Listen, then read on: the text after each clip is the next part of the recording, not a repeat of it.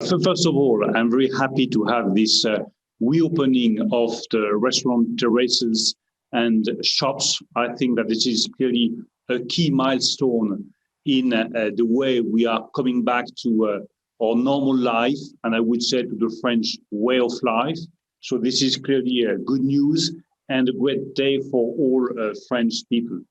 As far as the economic recovery is concerned, I do not share your pessimistic view about the difference of situation between China, Europe, and the United States. I'm deeply convinced that we will have a very quick and very strong economic recovery all over Europe.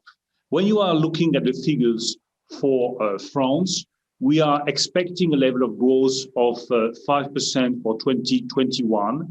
We have a very good forecast as far as investments are concerned.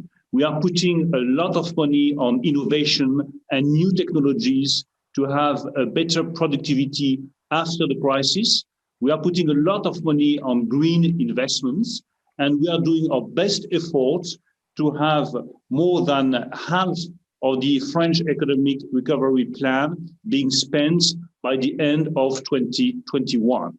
I'm really totally determined with President Emmanuel Macron to make the year 2021 a great year for the French economy. Sir, it wasn't my pessimism I was quoting, sir. It was your own. The EU has lost too much time in rolling out its €750 billion recovery plan. That plan is too slow, it is too complicated, it is too bureaucratic. Those are not my words, sir. They are Bruno Le Maire's. No, it remains true that we could do better as far as the implementation of the European Recovery Plan is concerned.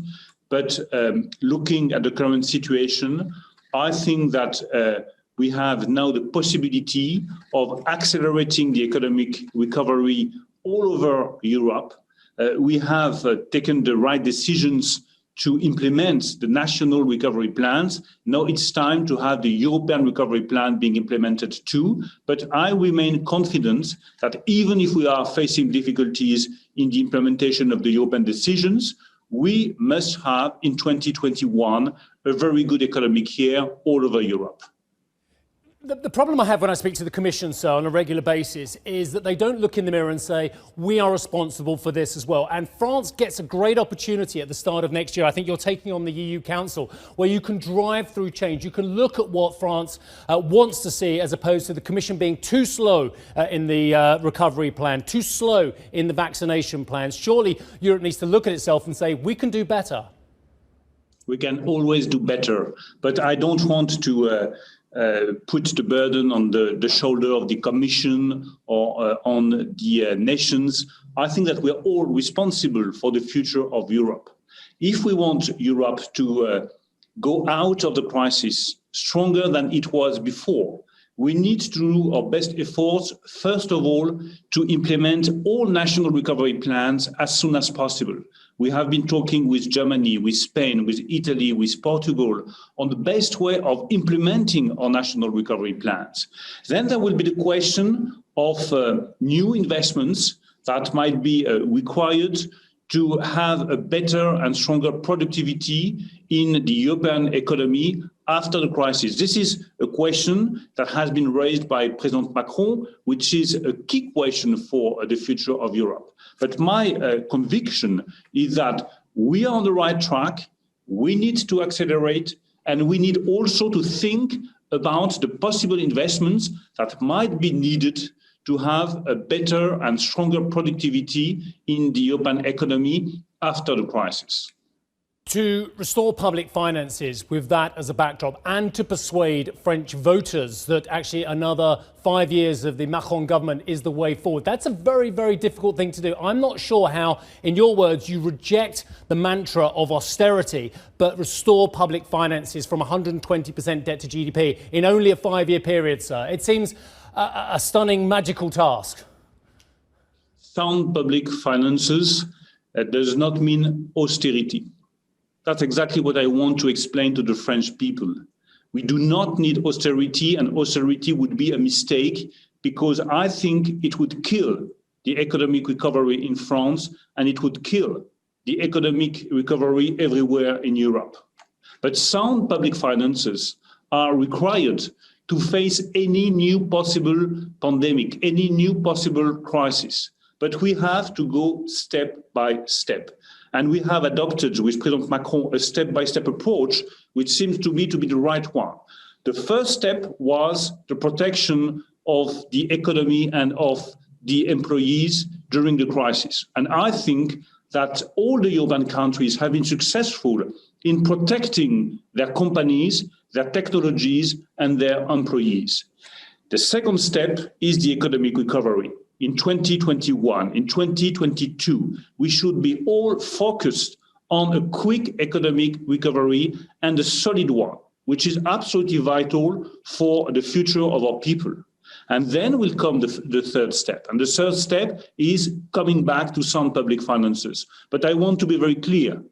Let's not make once again the mistakes that we have done in 2009 and in 2010, when we decided too soon to come back to sound public finances and we killed the economic recovery. That's exactly what we want to avoid in 2021 and 2022. We have to be focused on the economic recovery to guarantee to our people that they will have a stronger growth after the crisis and a greener growth after the crisis.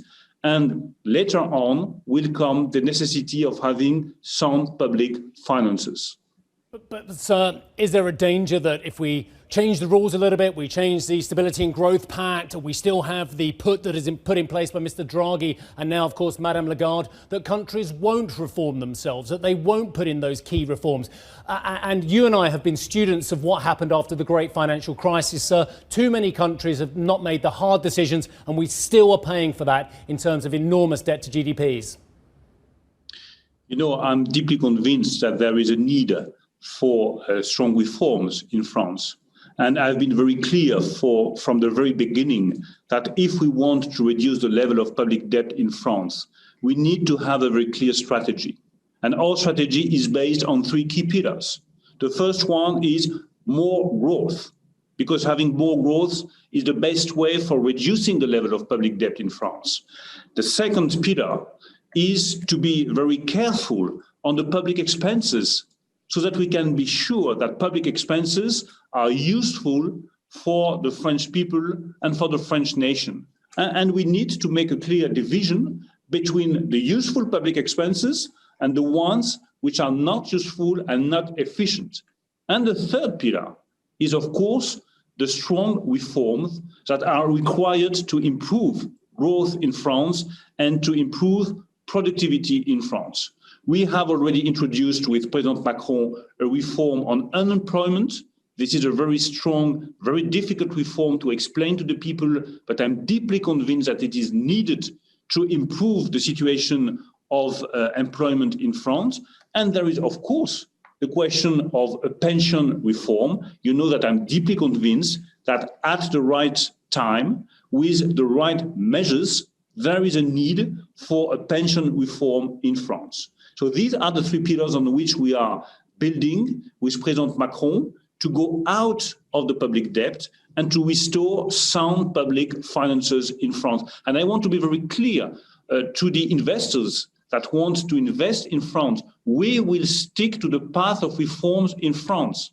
And we are fully determined with President Macron to restore, after the economic recovery, sound public finances in our country.